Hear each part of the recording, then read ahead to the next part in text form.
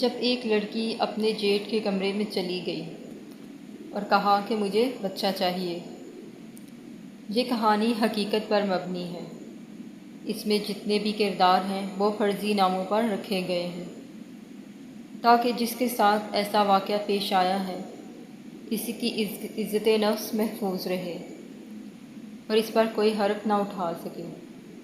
اس کہانی کا مقصد صرف یہ ہے کہ ہم اس سے سبق حاصل کریں اور عورت پر جو ظلم ہمارے معاشرے میں رشتوں کی چکی میں پیس کر کیا جا رہا ہے وہ نہ کیا جا سکے، اس کے حقوق میں اس کی پامالی نہ ہو۔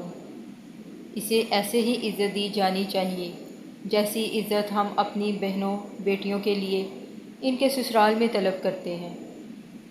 اسے ان کاموں پر مجبور نہ کیا جائے جو اس کے بس میں نہیں ہوتے، ورنہ وہ بھی ایسا قدم اٹھا سکتی ہے جیسا کہ اس عورت نے اٹھایا۔ یہ کہانی اسی کی زبانی سنیے۔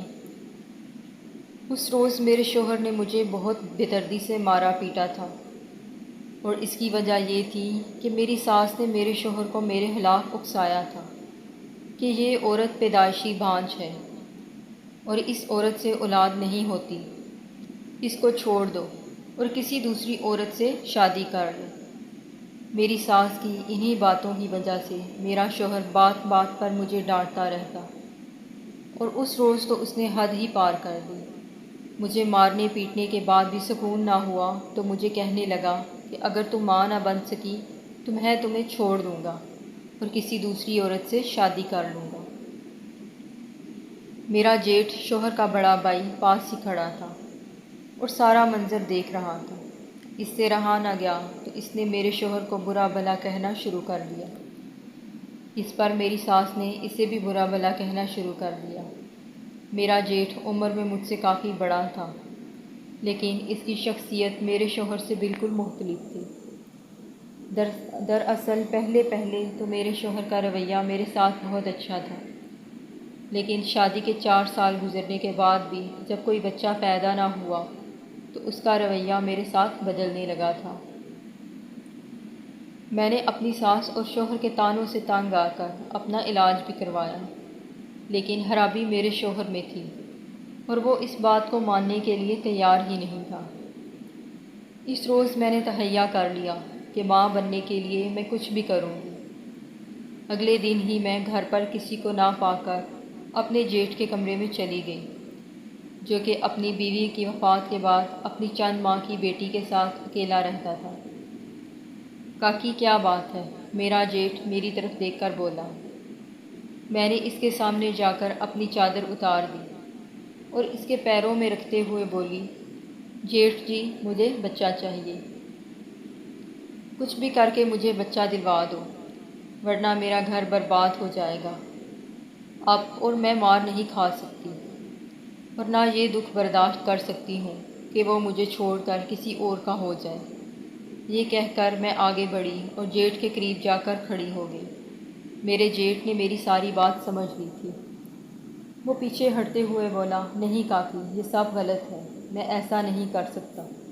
میں نے کہا تو ٹھیک ہے، پھر جب تمہارا بھائی مجھے پیٹتے پیٹتے مار دے گا یا مجھے چھوڑ دے گا تو تم میری بے بسی دیکھ کر کڑتے رہنا اور مجھے مرتے ہوئے دیکھتے رہنا۔ یہ کہہ کر میں واپس مڑنے لگی تھی کہ اس نے میرے کندھے پر ہاتھ رکھا اور مجھے اپنی طرف کھینچ لیا، اور میں چپ چاپ اس کے سامنے بچھ گئی تھی۔ اور اس وقت اپنا گھر بچانے کے لیے میں اور کیا کرتی تو کیا خیر امید بار آئی تھی، اور کچھ ہی دنوں بعد میں نے اپنے شوہر کو خوشخبری دے دی کہ اب میں ماں بننے والی ہوں۔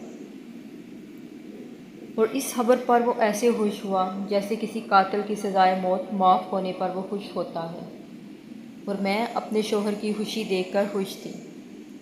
اب اس نے پھر سے میرے نخرے اٹھانے شروع کر دیے تھے۔ مجھے کسی کام کو ہاتھ نہ لگانے دیتا کہ کہیں کوئی مسئلہ نہ بن جائے، اور ہر وقت میری خاطر مدارت میں مصروف رہتا۔ میری ساس جو میری سب سے بڑی دشمن بن بیٹھی تھی وہ بھی اب مجھ سے خوش تھی۔ پھر ہمارے گھر ایک چاند سا بیٹا پیدا ہوا اور میرے شوہر نے پورے گاؤں میں مٹھائیاں بانٹی، لیکن اسے کیا معلوم تھا کہ وہ اس کا بیٹا نہیں تھا۔ میں چپ رہی اور میں نے ساری زندگی چپ ہی رہنا تھا اگر وہ واقعہ پیش نہ آتا جس سے مجھے اپنے شوہر کو سب کچھ سچ سچ بتانا پڑا۔ دراصل ہوا یوں کہ میرا بیٹا اپنے باپ کا بہت ہی لاڈلا تھا۔ اس کی زبان سے بات نکلنے سے پہلے ہی اس کا باپ اس کی بات پوری کر دیتا تھا، اور کیوں نہ کرتا، وہ ہماری اکلوتی اولاد تھا۔ اس وقت میرا بیٹا لڑکپن میں تھا جب اس نے دل ہی دل میں میرے جیٹھ کی بیٹی، جو کہ عمر میں اس سے بڑی تھی، کو پسند کر لیا تھا۔ نہ جانے کب ان دونوں نے آپس میں محبت کی پینگیں بڑھا لیں، اور میرا جیٹھ تو فوت ہو چکا تھا، لیکن اس کی بیٹی کی ذمہ داری میری ساس نے اپنے ذمہ لے لی تھی۔ جب مجھے اس بات کا علم ہوا تو اس وقت تک بہت دیر ہو چکی تھی۔ میں نے اپنے بیٹے کو سمجھانے کی بہت کوشش کی، لیکن اس نے میری بات ماننے سے صاف انکار کر دیا تھا، اور وہ کہتا بھی ٹھیک ہی تھا کہ اگر اس کی شادی اس کے تایا کی بیٹی سے ہو جائے تو حرج ہی کیا ہے۔ لیکن وہ نہیں جانتا تھا کہ وہ بھی اپنے تایا کا ہی بیٹا تھا، اور اسی حساب سے وہ دونوں بہن بھائی تھے۔ میں نے اپنے شوہر سے بات کرنے کی کوشش کی کہ بیٹے کے لیے کوئی اور رشتہ ڈھونڈ لیتے ہیں۔ اس نے بھی یہ کہہ کر صاف انکار کر دیا تھا کہ کبھی سوچنا بھی مت، لڑکی گھر میں موجود ہے اور ان دونوں کی شادی سے گھر میں ہی رہ جائے گی، کیونکہ اس کے ماں باپ تو اس دنیا میں ہیں نہیں، اس لیے سب سے مناسب یہی ہے کہ ہم اپنے بیٹے کی شادی اس کے ساتھ کر دیں۔ میں نے اس شادی کو رکوانے کے لیے جو کر سکتی تھی کیا، لیکن جب سب اس شادی پر راضی تھے تو میں اکیلی کیا کر سکتی تھی؟ لیکن کسی صورت میں یہ شادی نہیں ہونے دے سکتی تھی، کیونکہ گناہ تو میں نے پہلے کر لیا تھا، جو اولاد کی خاطر اپنے جیٹھ کے پاس چلی گئی تھی، لیکن اب میں دوسرا گناہ ہونے نہیں دے سکتی تھی۔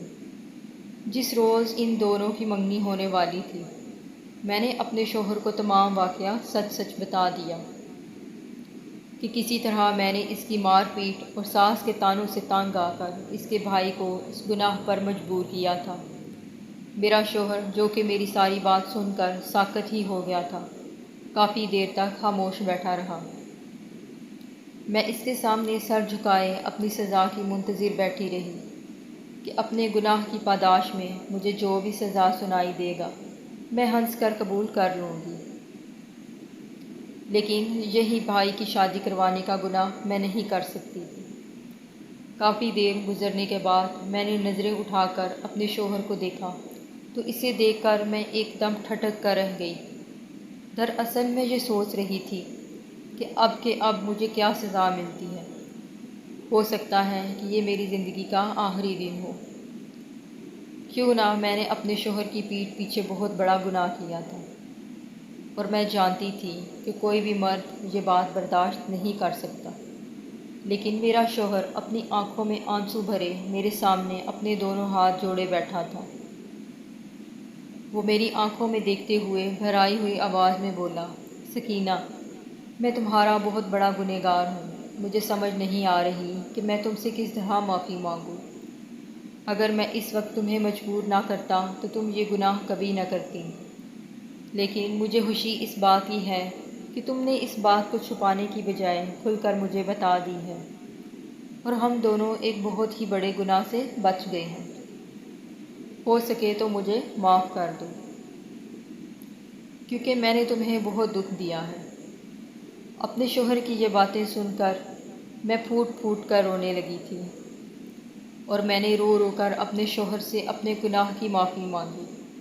پھر ہم دونوں نے مل کر اپنے بیٹی اور بھتیجی کے لیے رشتہ تلاش کرنا شروع کر دیا۔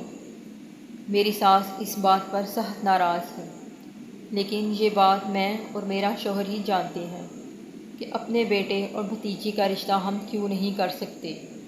مجبوری میں کیے گئے اپنے گناہ کی رات میں دن رات اللہ تعالیٰ سے معافی مانگتی ہوں، شاید میرا رب مجھے معاف کر دے۔